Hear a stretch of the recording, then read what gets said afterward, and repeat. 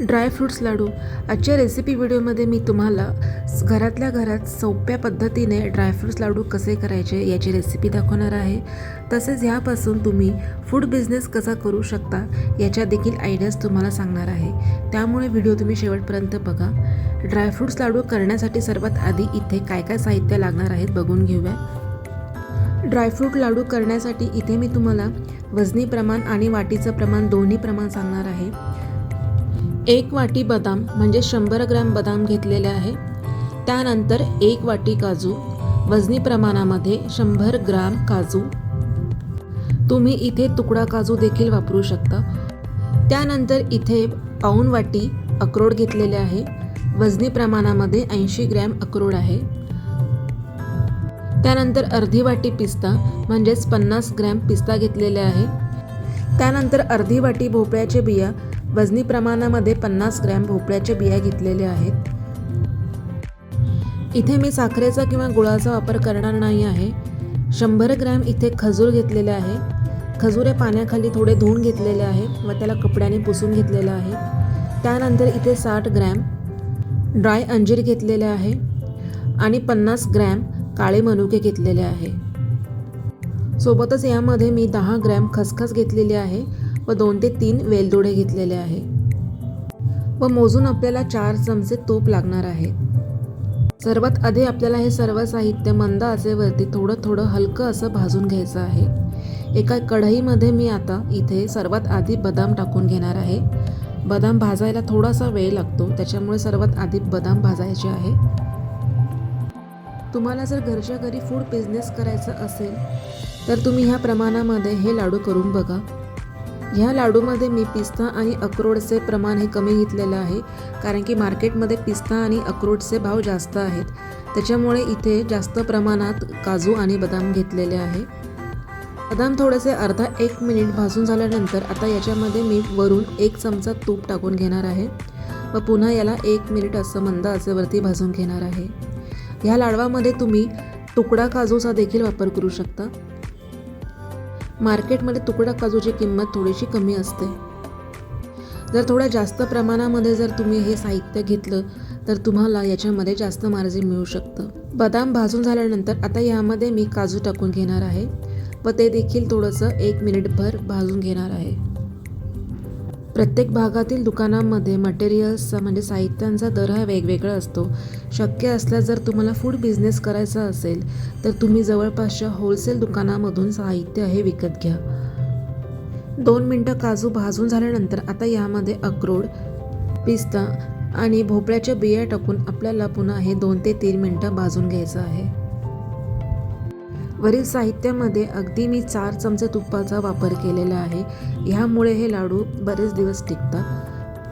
हे लाडू करायला अगदी सोपे असून सुरुवातीला जर तुम्हाला फूड बिझनेस कुठून स्टार्ट करायचा याचा जर आयडिया नसेल तर तुम्ही या सोप्या लाडूपासून सुरुवात करू शकता. जेव्हा तुम्हाला एखादी ऑर्डर येईल त्यावेळेस तुम्ही हे लाडू फटाफट असे तयार करून देऊ शकता. म्हणजे अगदी वेळेवर जरी ऑर्डर आली व तुमच्याकडे सर्व साहित्य उपलब्ध असेल तर तुम्ही हे पटकन तयार करून तुम्ही ऑर्डर पूर्ण करू शकता. आता सर्वात शेवटी आपल्याला खसखस आणि वेलची टाकून घ्यायची आहे व अर्धा 1 मिनिट पुन्हा मंद गॅस ठेवून आपल्याला हे भाजून घ्यायचं आहे.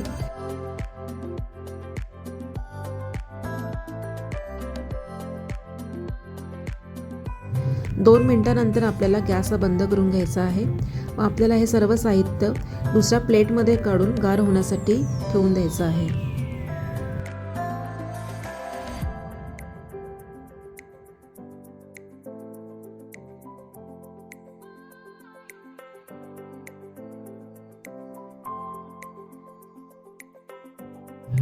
आता त्याच कढईमध्ये मी इथे 2 चमचे तूप टाकून घेणार आहे.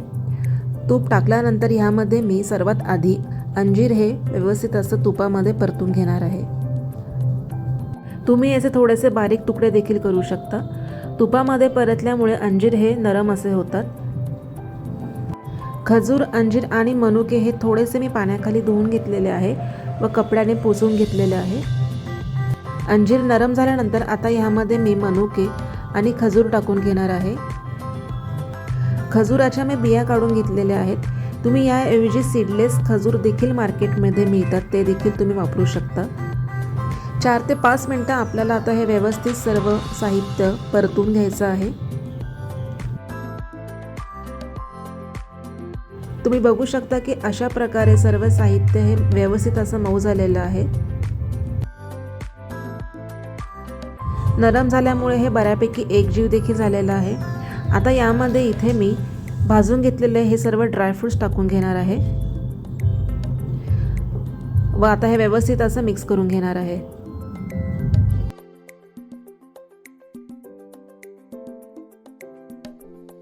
गॅसची फ्लेम मी बंद केलेली आहे व आता याला व्यवस्थित मिक्स केल्यानंतर आपल्याला एका वेगळ्या प्लेटमध्ये काढून हे थंड असं करून घ्यायचं आहे।